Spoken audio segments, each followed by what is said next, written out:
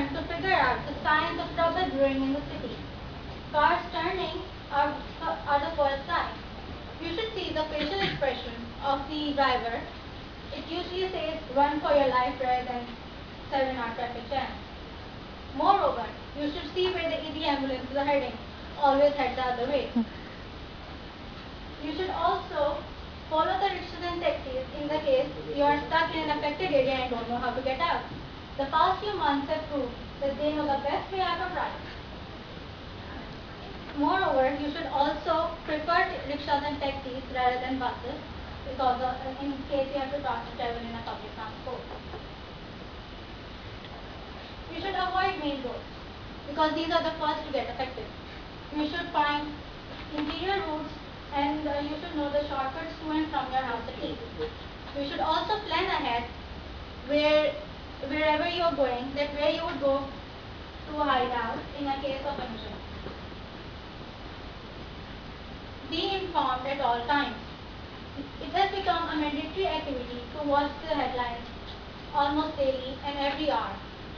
You should also check the news before going out, and you should inform your friends and family in case an area is affected and not safe. Don't try reasoning with an angry mob. It would just put your life in danger and not yield any positive results.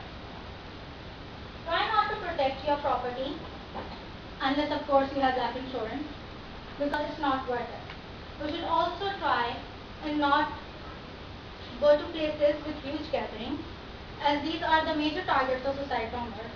You should also avoid going to markets at rush hours. Keep a lookout on your surroundings. Report immediately if you see a suspicious person or a lone bag. You should also keep in mind that the key feature of a suicide bomber is that he would usually be wearing very loose clothes and would look abnormally fat. You should compare the fatness of the face with that of body. Moving on, the other key feature of a suicide bomber is that he would usually be accompanied by a partner, but the partner would always leave before detonation. In the case that the suicide bomber has the briefcase in hand, he would usually clutch it to his chest before detonation. If you want to know more about this, the website is provided here. Have a talk with your children. Tell them what is safe and what is not. You should tell them that they should not let any strangers inside the house, even if they say that they are very thirsty or very sick. With parents outside and working, it is very important and of utmost importance that the children are briefed about this.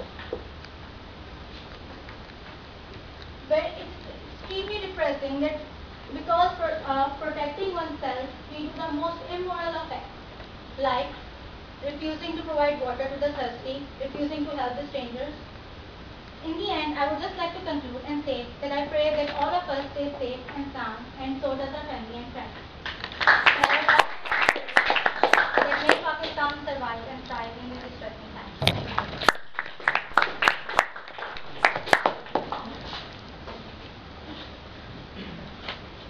I believe none of you would think that it is a logo of Nokia, but it is a very widespread form of connecting people. Yes, bribery, the most frequently used corruption in Pakistan. Good evening, ladies and gentlemen. Assalamu alaikum. I am Abdul Ghaffar Bhatti, and today my topic would be corruption.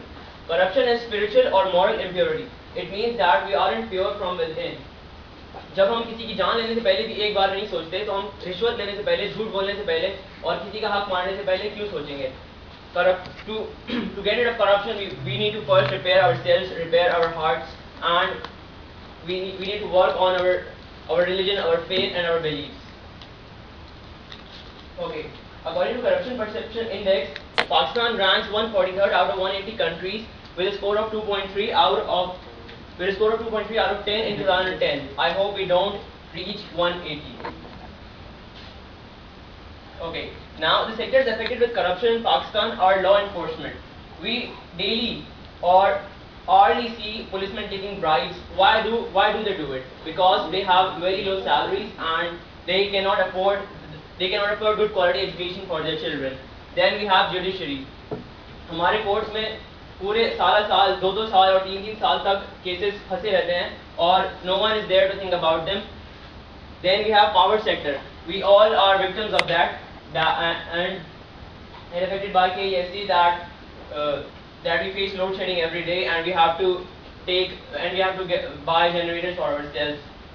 Then it is tax and customs. We don't pay tax. Most of the large companies and firms don't pay taxes. They get tax evasion, and they bribe the tax inspector to get rid of the huge sums of taxes. Then we have health and education. In government schools and in government hospitals, most of the doctors don't even visit, and they are paid for their work. Then we have land administration. As you all are aware, Pakistan में ज़्यादातर ज़मीनों पर कब्जा, कराची में भी और अंदरूनी सिंध में और अंदरूनी इलाकों में ज़्यादातर ज़मीनों पर कब्जा करके ही अपना ओनरशिप जमाई जाती है. Then these are the causes of corruption. That is, corruption की सबसे बड़ी वजह यह है कि हम लोग अपने आप को अमीर करना चाहते हैं और ये नहीं सोचते कि हमारे पास दौलत किस तरीके से आई और इसका जरिया क्या था, क्या ये हराम था या हलाल था या ये सही तरीका था, क्या हमने किसी की चोरी की या किसी का हक मार के ये दौलत हमने हासिल करी. दूसरा इसकी है कि हमें किसी के ऊपर भरोसा नहीं है. हमारे अकाउंटेबिलिटी डिपार्टमेंट्स के ऊपर से हमारा बिल्कुल यकीन उठ चुका है, क्योंकि हमें लगता है कि वो लोग अपना काम सही से नहीं कर रहे और बिल्कुल, और उनके सामने और हमारे लिए उनके पास कोई ट्रांसपेरेंसी नहीं है. Then we have low salaries. Most of the government officials, as I said earlier, have very low salaries that they cannot afford their families, and they have to take bribes, and they have to get under table earnings to try to and survive in Pakistan. Then we have unrestricted discretionary powers given to officials, which means that they own the police and they own the law and they have it in their pockets. This is the logo of National Accountability Bureau. The name suggests that it's an institution that should be trustworthy and accountable. But according to government reports, it is widely involved in corruption related to military stuff. They don't even check the military and the high officials of government.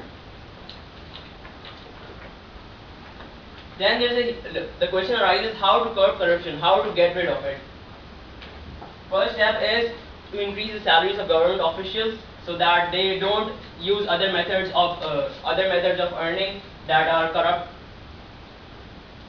Then we have speedy judicial processes. If we file a case in the court, it should be speedily processed so that the corrupt people and the people who aren't doing their jobs rightly, they are punished at the moment, and they don't have that power or that faith that they know no one can do anything about them. Then it's our responsibility to debate, to speak up. We should stand up, we should involve, and we should tell everyone that corruption is bad for us and it's bad for our country. Then media should also take a leading role in launching anti-corruption programs, and it should provide and it should show their public the faces, those who are involved in corruption. Then we should have responsible authorities, and responsible people should be put up on high places. In the end, I would like to conclude that in corruption, your no counts. We are mature enough to cast our votes. We are now, and it's our responsibility to change Pakistan, to save our nation. And if we want to change everyone, first we would have to change ourselves and to repair our hearts and to make ourselves morally and spiritually pure. Thank you.